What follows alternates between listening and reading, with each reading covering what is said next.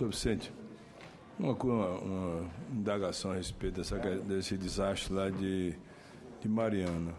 Essas empresas de mineração, elas não teriam, pela legislação, a obrigação de ter um tratamento dos efluentes da mineração para que esse tratamento não permitisse que os metais pesados chegassem à barragem de contenção? Porque isso é que eu observei, né? Porque os rejeitos são jogados na barragem de contenção sem nenhum tratamento. E eu não creio que custe tanto a uma empresa que fatura bilhões de reais estabelecer tratamento dos efluentes. Não existe uma regra que obrigue isso? Eu posso fazê-lo, mas eu vou pedir a contribuição do Dr. Ney Maranhão, que é o diretor que está trabalhando diretamente sobre essa questão, em particular sobre a questão de qualidade de água, para que nos ajude nessa resposta. No nosso estado, o estado da Bahia, lá no Polo Industrial de Camaçari, nós temos a CETREL, é a Central de Tratamento de Efluentes Líquidos e Sólidos, que é uma empresa de alto nível. Inclusive, eu fui presidente do seu conselho um tempo, e os cuidados para o tratamento desses efluentes lá no nosso polo industrial é muito grande. Nunca tivemos nenhum tipo de problemas ambientais no polo industrial de Camaçari. Preservação, inclusive, de todos os mananciais. Qualquer daqueles rios próximos de Camaçari ali, o rio Jacuípe, o rio Pojuca, o próprio rio Camaçari, nós não temos nenhum tipo de contaminação pelos cuidados com o tratamento dos efluentes líquidos e sólidos. O que me chamou a atenção é que uma empresa dessa, que fatura bilhões e bilhões de reais, como a Vale, a Samarco, não ter o cuidado de ter uma estação de tratamento de efluentes. Eu acredito que deveria existir uma legislação para obrigar a que essas empresas pudessem ter essas estações de tratamento de efluentes, para que a água que fosse para as barragens de contenção pudesse excluir os metais pesados para não causar um desastre ambiental que foi causado no Rio Doce. Isso que eu queria ver se tem alguma legislação nesse sentido. Nós temos hoje a legislação de resíduos sólidos, né, que prevê, inclusive, o reaproveitamento dos materiais de rejeito, né, principalmente de mineração também, assim como o rejeito de construção civil. Os resíduos da construção civil são hoje reaproveitados, como madeira, o próprio emboço e reboco, que são reciclados para poder ser usados como areia. Também o material que é rejeitado pelo tratamento dos minérios na mineração, ele também agora passa por perspectivas de ser reaproveitado como outros produtos menos nobres que o metal, mas ainda reaproveitado, porque a ideia hoje é não ter mais essas barragens de rejeito a longo prazo. Sim, mas por que não as estações de tratamento? Também fazem parte, porque elas vão... Porque nessa marca, na Vale, tinha essas estações de tratamento. Eles tinham... A legislação não obriga a ter? A legislação obriga eles a terem um tratamento de rejeito, não despejarem metal pesado nos rios. Então eles estavam fora. Eles depositavam numa barragem de rejeito que supostamente estaria ali. Fora da legislação. Existe um risco dessas barragens, todas elas têm um risco envolvido. Então deveria ter estação. E não tiveram. Então, na verdade, eles falharam nesse aspecto.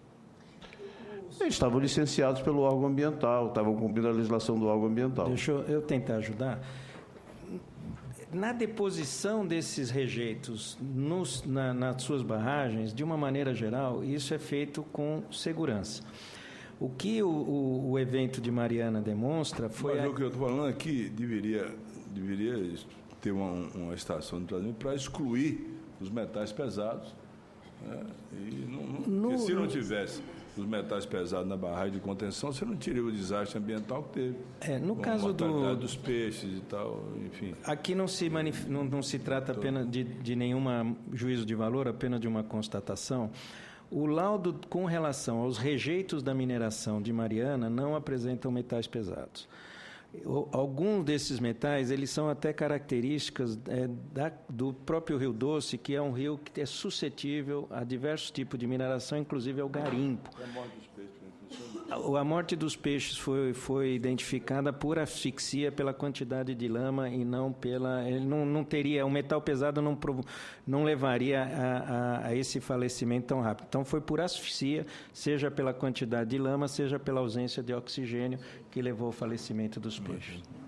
E no caso de Mariana, a última barragem, aquela que foi galgada, ela era uma barragem exclusivamente de água, para a contenção da água do processo de mineração e para utilização na reciclagem. O problema fundamental se dá de que o plano de emergência, obviamente, apresentou falhas e jamais com a perspectiva do impacto que aquele rompimento... Fiscalização por parte dos órgãos, As fiscalizações de barragem, aproveitando a oportunidade, senador, elas são... A Agência Nacional de Águas recebeu do Congresso a incumbência de coordenar a Lei de Segurança de Barragem no Brasil, que significa, basicamente, receber dos órgãos fiscalizadores os seus relatórios específicos. Quem são os órgãos fiscalizadores? É a própria Agência Nacional de Águas, quando se trata de barragens de água. É o IBAMA, quando se trata de rejeitos de natureza industrial. Então, o IBAMA teria que fiscalizar essa barragem. Industrial. Ali é mineração.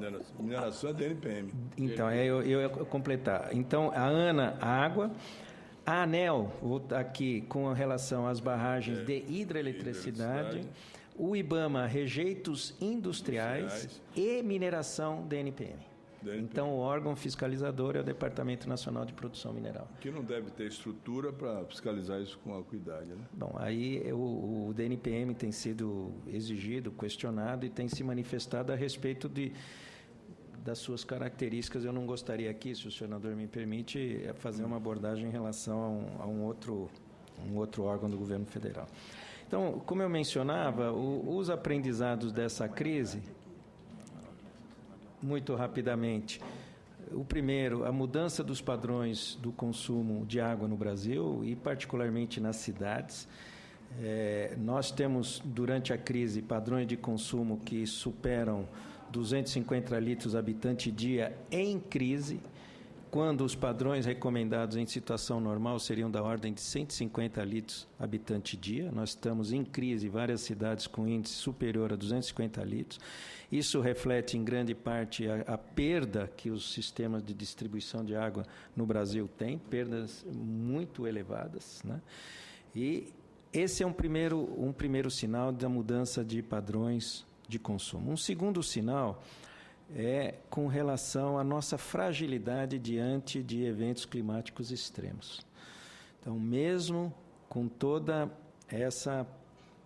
esse potencial de recursos hídricos que o Brasil dispõe, apesar da sua desigualdade de distribuição no território, nós verificamos que a ocorrência desses eventos, que tendem a ser cada vez mais recorrentes e mais atuando nos seus extremos, isso tem sido comprovado nos últimos anos, nós precisamos buscar uma maior resiliência, né, nesse processo, seja pela adoção de mecanismos de recuperação da vegetação, fundamental para o ciclo hidrológico, seja por conta de obras de infraestrutura.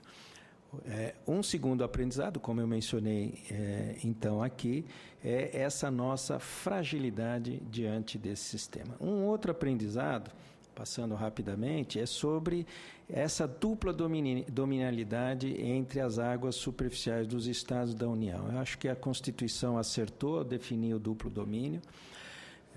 O Brasil não pode ser gerenciado do ponto de vista de água de maneira centralizada, essa é a nossa convicção, mas é preciso encontrar dentro do sistema de recursos hídricos um mecanismo que, em situação de conflito, possa tomar uma decisão. Quando a calha é exclusivamente federal, porque, vejam, a gente faz o planejamento por bacia, mas depois o domínio é por calha de rio. Quando a calha é federal, isso está muito claro, que compete à Agência Nacional de Águas resolver o problema da calha. Vou usar o exemplo do Paraíba do Sul. A calha do Paraíba do Sul, ela é federal. São Francisco também. Também a calha, porém, os seus afluentes, em grande maioria, são estaduais. E, muitas vezes, o que é feito no afluente estadual impacta diretamente a calha do Rio Federal, total. Como no caso do São Francisco, ou no Paraíba do Sul, usar esse exemplo, onde o governo do Estado de São Paulo pretende e vai realizar, inclusive com o nosso apoio, uma transposição de 5 metros cúbicos por segundo de um afluente que é estadual para um outro rio, para uma outra bacia que também é estadual. Porém, impacta os interesses de todos os municípios que estão a jusante, inclusive do Rio de Janeiro. Então, a legislação brasileira precisa encontrar um mecanismo para... Eu tenho um projeto aqui tramitando no Senado que proíbe transposição de bacias, de qualquer bacia, sem antes se fazer completa revitalização do rio doador das águas. Eu acho que esse seria o caminho, até porque eu não creio que vai se ter um rio, algum afluente lá do Paraíba do Sul que não tenha comprometimento. Acho que todos eles devem ter comprometimento. Então, esse que é o grande problema. E fazer transposição sem revitalização, o que aconteceu no Rio São Francisco, né? Se fez transposições, a transposição com investimento de 8,5 bilhões, e esse ano não se plantou uma árvore, nem no nascente, nem no afluente. Então, a situação é totalmente inversa. Não, e o senhor produz uma análise correta sobre transposições que a maioria da população brasileira nem imagina que existe. Quando a gente fala em transposição, se vem muito à mente a transposição do São Francisco. Mas basta lembrar que o abastecimento de São Paulo pelo Cantareira é feito através de uma transposição. O abastecimento do Rio de Janeiro pelo Guandu é feito através de uma transposição de mais de 100 metros cúbicos por segundo em condições normais. Então, essa questão ela é, ao mesmo tempo, uma opção que precisa ser verificada.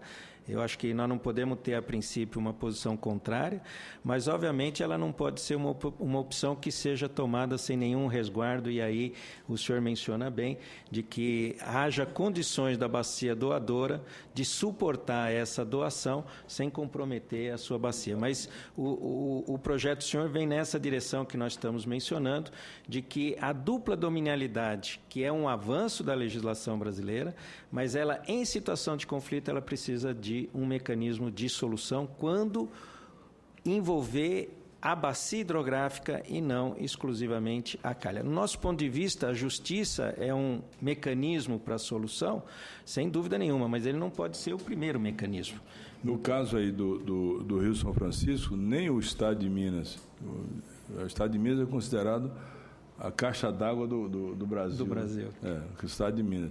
Nem o Estado de Minas, nem o Estado da Bahia, o meu Estado, durante nenhum período cuidou da revitalização de nenhum afluente. Inclusive, vários já estão completamente mortos, né? Não sei se você ouviu, mas pela primeira vez na história da bacia do Rio São Francisco, o rio Jequitaí interrompeu pela primeira vez na história do Rio São Francisco, que é um rio caudaloso da margem direita. Pela primeira vez, esse rio interrompeu. Ficou lá um baita de um caminho de areia. Então, eu achava que nós devíamos até tentar estudar uma mudança na legislação para que, nesses casos desses rios que são estratégicos para abastecimento humano, industrial, geração de energia, até produção de alimentos por irrigação, o governo federal ter alguma ascendência, alguma responsabilidade num termo de cooperação com os estados para poder resolver o problema. Porque os estados não têm, na situação que se encontra, nenhuma condição de fazer investimento nesse sentido. É nessa direção de que a gente consiga produzir um arranjo em situação de conflito, que seja um arranjo pré-acordado entre todos os atores, onde a dominialidade, eventualmente, de um afluente, né, que causa impacto. Porque quando esse afluente causa impacto só no Estado, evidentemente que é uma questão estadual, mas quando ele é afluente de uma calha federal, ele, sem dúvida nenhuma, vai acabar causando impacto nos seus vizinhos, e isso fica aqui, independentemente da proposta, vamos dizer assim, de avanço-solução. O senhor mencionou uma muito produtiva, mas a ideia aqui foi apenas a de ressaltar de que essas crises têm mostrado que essa é uma limitação da legislação existente. E o último, muito rapidamente, depois facultar meus colegas por uma complementação, se desejarem, é com relação aos usos múltiplos da água. Eu também tenho reafirmado de que a legislação diz corretamente que a água deve ser, a gestão da água deve priorizar os usos múltiplos, e depois ela diz também corretamente que, em situação de escassez, o consumo prioritário é o consumo humano e a dessedentação de animais. Porém, nesse vazio entre, numa situação normal, tudo pode, e numa situação de crise, só pode isso, nós encontramos aí um vazio que precisa ser melhor aprofundado, seja pelos comitês de bacia hidrográfica, seja pela própria legislação. Nós não podemos, em situação de crise, como muitas vezes tem acontecido nas áreas urbanas, por conta dessa visão de que, numa situação de escassez, você tem a prioridade do consumo humano, e aí o consumo urbano, que não é exatamente o consumo humano, porque você continua tendo atividades, piscina e tudo mais, mas isso é uma discussão mais sofisticada, é de não ter que o consumo humano ele venha em contraposição a outros usos que são fundamentais e que precisam ser reconhecidos também no processo de crise, e aí eu gostaria de dizer, em particular, a agricultura. Nós não podemos ter uma visão, como às vezes aconteceu nessas crises, em particular no semiárido e também no Sudeste, de que numa crise na cidade basta cortar a irrigação e que o problema está totalmente resolvido. Ou então que basta cortar a indústria que o problema está resolvido. Isso, na nossa opinião, vai muito com aquela ideia de que 70% da água é consumo da agricultura. Então, se eu cortar a agricultura numa situação de crise, eu vou ter 70% de água a mais na cidade. E 12% em média é consumo industrial. Então, se eu cortar um consumo industrial, eu vou ter água nas cidades. Só que aí as pessoas não vão ter alimento, não vão ter empregos e tudo mais. E esses usos não podem ser vilanizados ou ser considerados usos que sejam vilões pelo uso da água. Esse é um aprendizado aonde nós precisamos, sim, na nossa opinião, criar processos intermediários aonde a crise não seja, está tudo normal e no ponto seguinte você tem o estabelecimento da crise, mas de mecanismos intermediários acordados entre todos os usuários relevantes que propiciem uma gestão dos recursos hídricos com uma visão de que todos têm direito ao uso sustentável da água na bacia hidrográfica. Então, são aspectos importantes sobre os quais nós estamos debruçados, buscando também alternativas, seja no ponto de vista de políticas públicas, seja do ponto de vista de mudança da legislação, adequação da legislação, para responder melhor há situações de crise como a que nós estamos vivenciando, que, como eu falei, tendem a ser, infelizmente, cada vez mais recorrentes. Então, era isso inicialmente. Agradeço muito ao Senado, em particular, à Comissão de Meio Ambiente, Fiscalização e Controle, mas, em particular, também ao senhor, senador Otto Alencar, pelo apoio que o senhor tem sempre prestado à Agência Nacional de Águas. Muito obrigado.